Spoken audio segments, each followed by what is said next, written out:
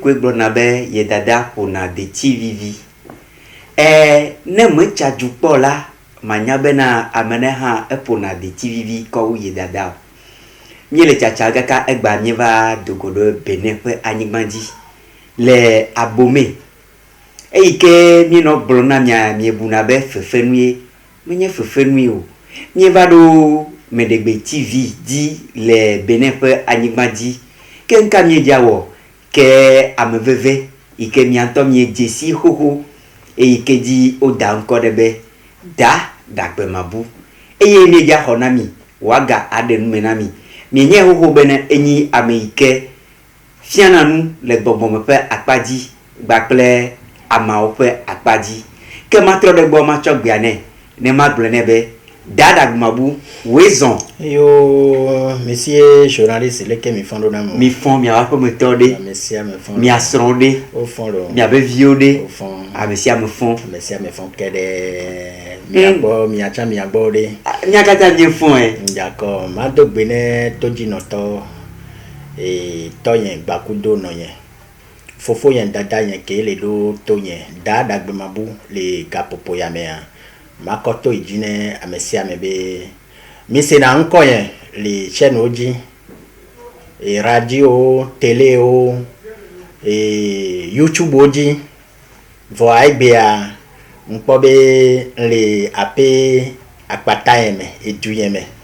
le Benin be ayingbanji kokoko leke mi yen do po a dekonu oto amagbe oto eye muyin eye mponanu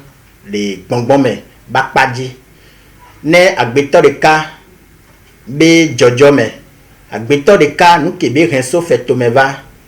ne e mo va le budwe mo va le nya fi ke be lato etofie eglo ne be munya le ke be la odo ne be o te gendo yen dada gu mabuji an kando jibena ona ole asi trotro le kene milate tro e o late podu le jia nkando jibina o te gogo yen dada gbe mabupo nkando jibina o lapo duleji o lapo yen dada gbe mabua nkando jibina o lava jagbre ne ovado jagbre creme o la noté les agents togosela benkume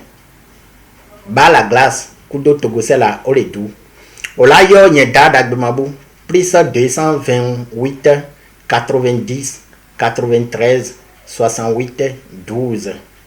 allo 99 42 70 45 10 ola kedo yen da dagmabunchi ok le Benin be ayingbanji kenebe oji bena ila kunu gome so yebe agbe anchi ila nya yebe poli keji yele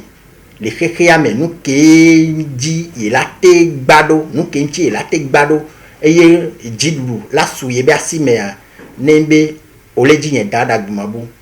le Benin ba ingbandia ola pokanam plus 229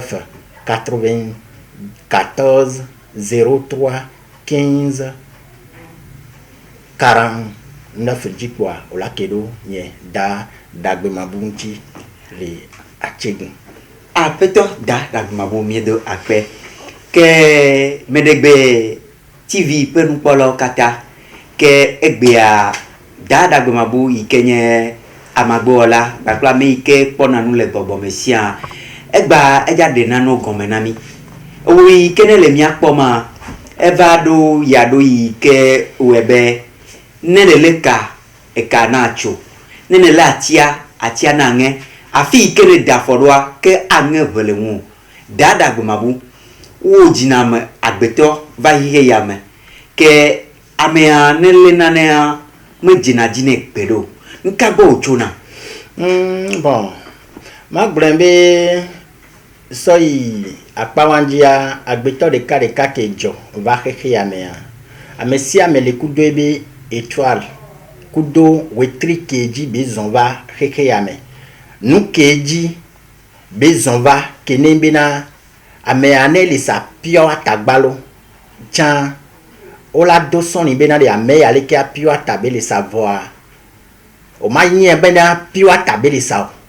parce que eka agbea ekpo ebe wetrivia me parce que audio no do peke o lado o dépassé 19 ans sur les 20 ans quoi o la nya nu ke le gble alo nu ke nyoa o la nye voir ek bébé nu ke le kia ka flane nu le gble nto chan fifia mia no video wa o munyene o mia fofo de wa o munyene o nu kenti o ken gbokwe o ke oyin dode oto o le dome eye nkuvi le ji ovo eye o nto nyabena ne o note la gbeto be nko le ponpo o le nyabena le agbeto le nko nai le ponpo ya voir elavado gake me be lavado le funu poa o nto o la kpobe ne ape clan o bale nti o la no kpobe na nupo popo me o la ponpo na me gbeto le kia o la no kpobe na xoxom gba no ji o xoxom gba no ji o le ame domele ke o la ponpo o nto vonvon la no do o nto do peke o do alo do ke me ole eye ole wo do ya me si ame nya bi na me ya le ke ya o ken gboko la do nene bi e do pe ya o nto xoxo de pe ngba no na ji o ne le ti nene ade nya bi na nde le gome le gble no so nti o voir mi na video le ya o msena e gome nene la chite kaba la bina a nu yale kekele o ma npo bina a mu lele ke na msan ma chite do ko yen tia ngbale nene o nu ke nana ya me obesusu mu nyona kaba o miano tavito aze demegbe no elena kenebe nkoyi alo nuke o la chitele ke o la o ela na ile ke voa o mate o nu bupo o la te no donc a ne le chido nene no adele ke o la chite o la jidoko o gomezereka nye dada gbemabu nye mukana afara me o ao mayo ape clan o le tome esime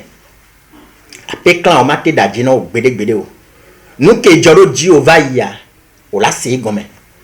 nuke le o présentement magleno mano exemple do eke gbananchi no nuke nchi o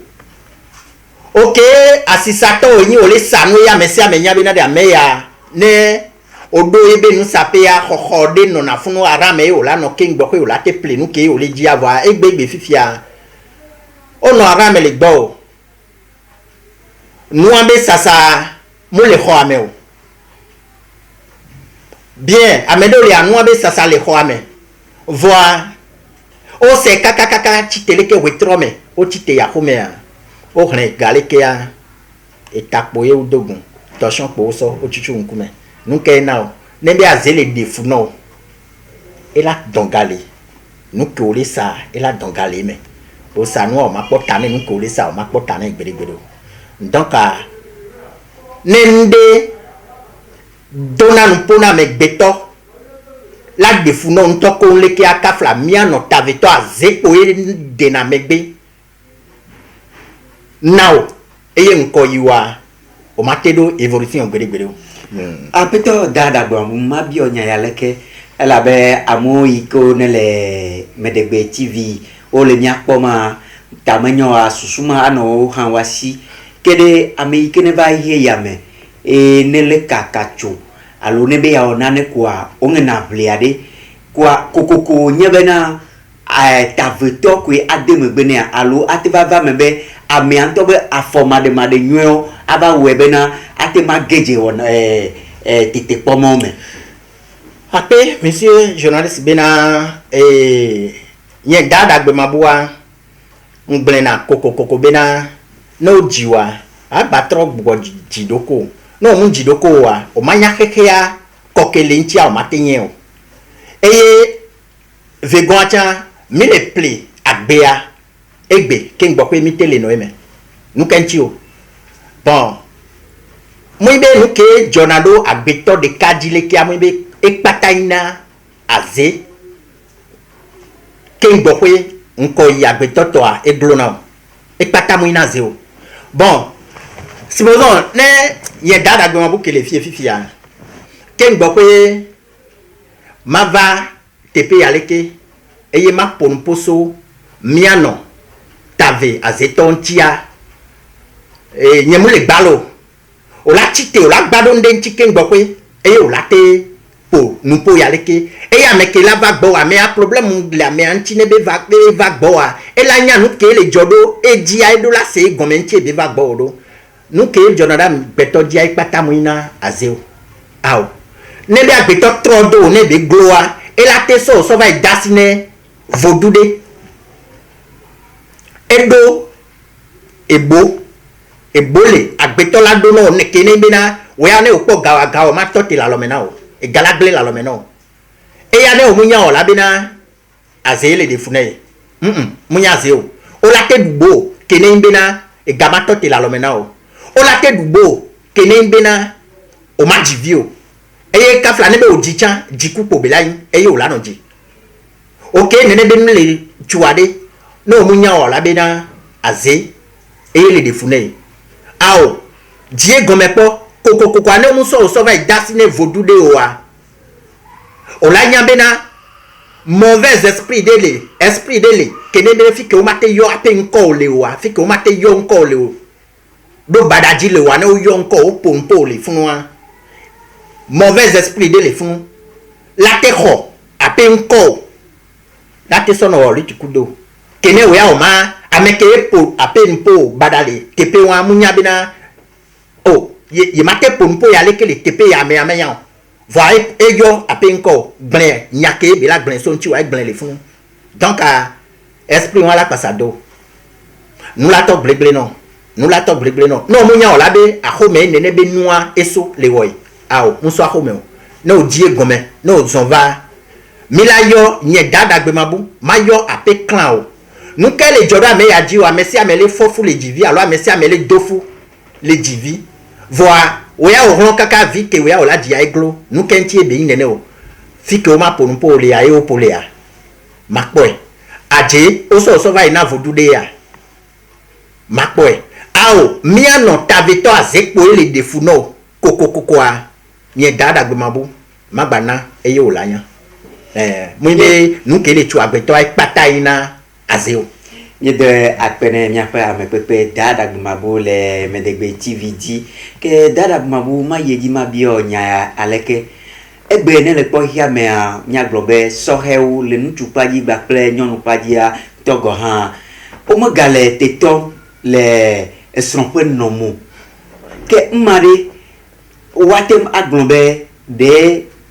gbogbo gbadagbo ochoa alo nka gbo ochobe egbe kike mi keme mi le a de capital de tubio no o de uno nkekedeka fedeka kwa okakana après monsieur journaliste bena yen dada gbe mabu gbo kon leke ane bena egbe fifine be mianovi nyonovi o alo kafla nyonu ke la gbon be egbe asuko emuri nyu afona yo ye mutele totele asokwe o ye mutele no tele ye son gbo alo egbeku so a ye gbakudo ye son atukaravana ye gbaku ye domea so ye jileke a mi atogbe obe game nebe unsu la de yonwa echinate ponatoa etomu dene la homeo ela kwat ne tomu lesi o to akwa ela kwat aviade alo no la no isi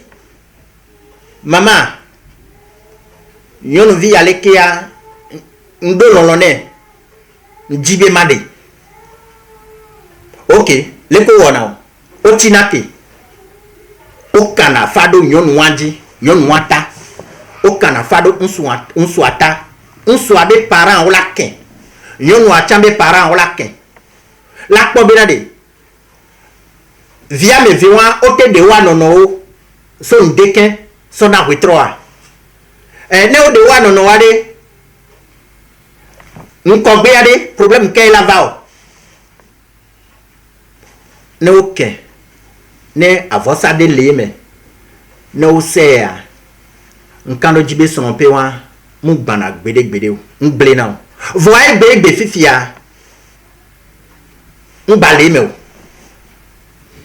ne mi kpo yon le gbanji ne mi kpo bena ebe ni jodi ne mia mi la to kudo yon wa mi ngbaji na bena mi la va ikafa bena de aw yonu ya ete no khoyeme so ndekene wetroa mi ngbaku na wa gome o yonu acha mu le jate va iken bena de unsu ya ke mpoa eyin son yen so ndeke so na wetroa o ngbakene o toka ne vado eji ne o de wa no no ne fuva le wa no no dome ne unsu ale yon ne yonu abai chi unsu agboa maso o chaka ovana bon parce que mimuke sake ngokwe to miabe e sono de debe e nuadi eye mi de sono donc evana na wetro me ya chaka ovana voane be susu nyon ne unsuwa alo yonu a ebe nya ne loloa e chale ke bela chadoa unsuwa chinate vai kene alo yonu a e chinate vai kana leke nte wodo non unsu yagbo kakaso yu nyemji madisao ne wona de pepele ne be wole funu po a nkan de jibe sorompe wa e fana vo egbe fifia ngbale nene o donc a mabio ne toji noto noviye unsu kudo nyonu de pepe benade ne sorompe ne adjiri le sorompe la fidea migba bena awo nyonu yamu mawu mebe sonamo mu se me son yen wa o ngba glen nene o chite sigbele ko le se yen dada gbo mabube nko a simple mina yo okudon soa nyonu akudon soa be clan leke mite wodo eye mite nodu so ndeke so na wetro ona de pepede ne me mi wo po a nkan do jibe son pe wa e fana ne be omuken e o sawa e son pe mu fana Nyata pene apeto dada gmabu nyape dijipen polao medebeti vito ke mie konko dare nyate pelo mabia nyade nyate afa ke apeto dada gmabu amiado va de nation e ine o la tupea mi nyabe cha le hohua dia o yona nenebe afodegbe ma ke o nyonu ike ovede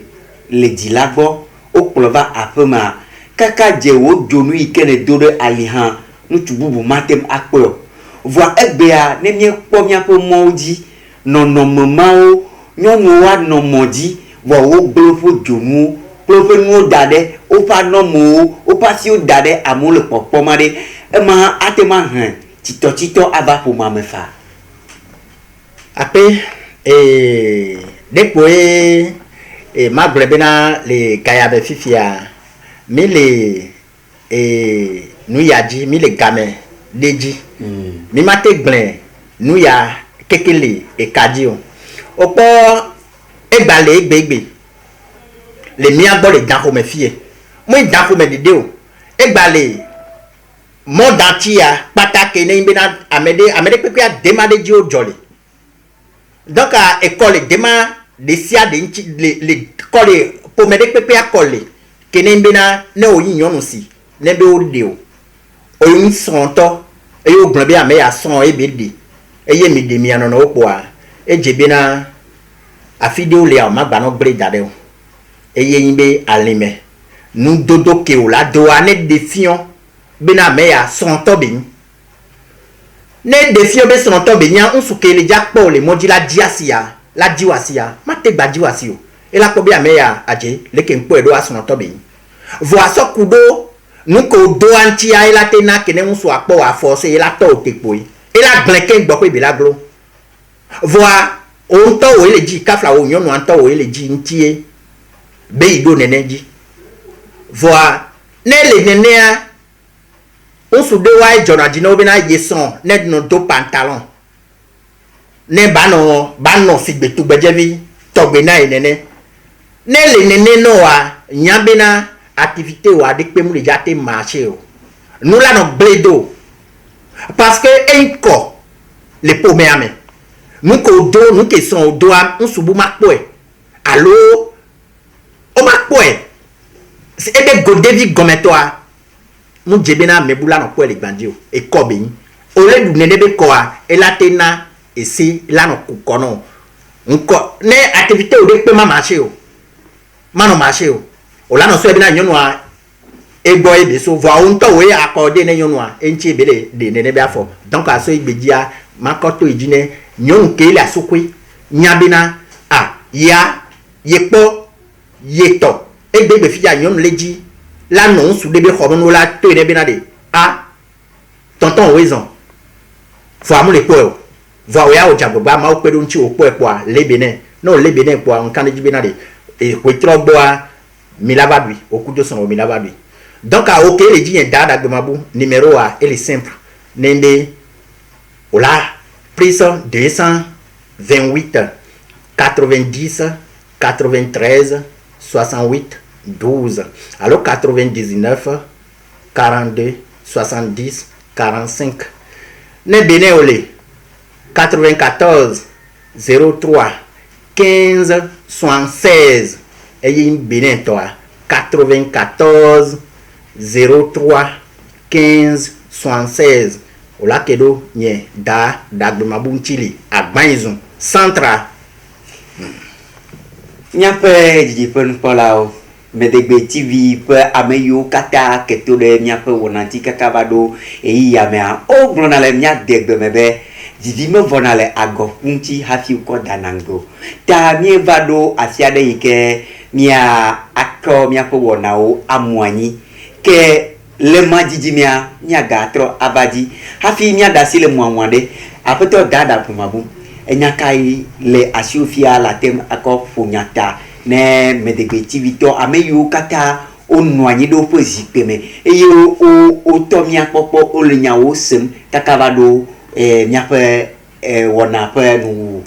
ape poema done toji no toke le toji le po yen dada mabule si ape ona yewa ape poema done amesi amebina no jiwa troji loko kafla ne tradition amatebu gbere ne church gbelea mi achambe tradition amule jatebu makoto ijine ameke o kafla no vinye ko ele church won na bena bede ndekpe mu inde kono makoto ijine o benare demade ji oso jagbagba ne ndele budo omule se gome o jagbagba na contacter yen dada gbemabo nti church ya ekudo dekonu kemi le subo an de kao be mianto le mawa nono odome ngbele na gasia game bena pasteur de pepe prophète de pepe ken boko be la noter la medebe nko la be eponea o klon ku vine ken boy no mu klon ku vine wa mate pon la glen le novianti gbede o 100 ans mau nananu voa mau na mi bena mine pon le mia novi nti problème que le mia novi ntia mau na mi so fait me va benade mine po ayi gba ya die mi va ko ele ken gboko ya mede pe la pon le novianti la glen fie amade yo duna numbe yo zana ken gbokwe sinon amate pon la glen le novi on ti gbede o ne prophète de pepe le pono alo fada de pepe pastor de pepe le pono benade ponu ya leke no a nyabena mi huno ogboye o va ken gbokwe va le pono sinon a santa ke eno eme san ken gbokwe va toleme e po bena mule na nko yi o entie betro va do church ben bena yila te so maubin koso iji va mawa ni akeke mi le suboy donc nkoto iji neto ji no la okeke benade nende le budo o mu le se gomewa njagbagba na te gogo yen dada gumabunchi ape clan o mate da jeno gbede o ela do elono la jirano nuke joro ji ova ya o la se eke me o le présentement o la se eke gbanachan o la gbase on a kele e yo la o la jira odo e o la ko ape clan o la glen no Mido akpene da dagbe mabu ameike mi xole miaƒe enyadzɔdzrɔ me le Medegbe TV ƒe emɔnu ke mi da akpene miame yiwo katã gatsɔ miaƒe ŋkuvi kɔ da ɖe eye miegase miaƒe numedzodzrowo katã va ɖo eƒe nuwua miegblɔ na mi ko be akpe mawu tɔ honɔa ne gaku de me ne mi ame yi ke miexɔa ye nye aƒetɔ da dagbe mabu ame yi ke nye amagbewɔla eyi ke gbakpɔna gbɔgbɔmenusa ke mieyɔ nye ŋutɔ ko be Tesco Aristo ame yi ke o gada ŋkɔ ɖe dzi be enu yi ke kpe woa mate manɔ abɔ na wo ame yi ke ne klo tsia mate aklo zã o ke miegblɔ na mi ko be eyi zã ɖe bye bye bye bye eyɔ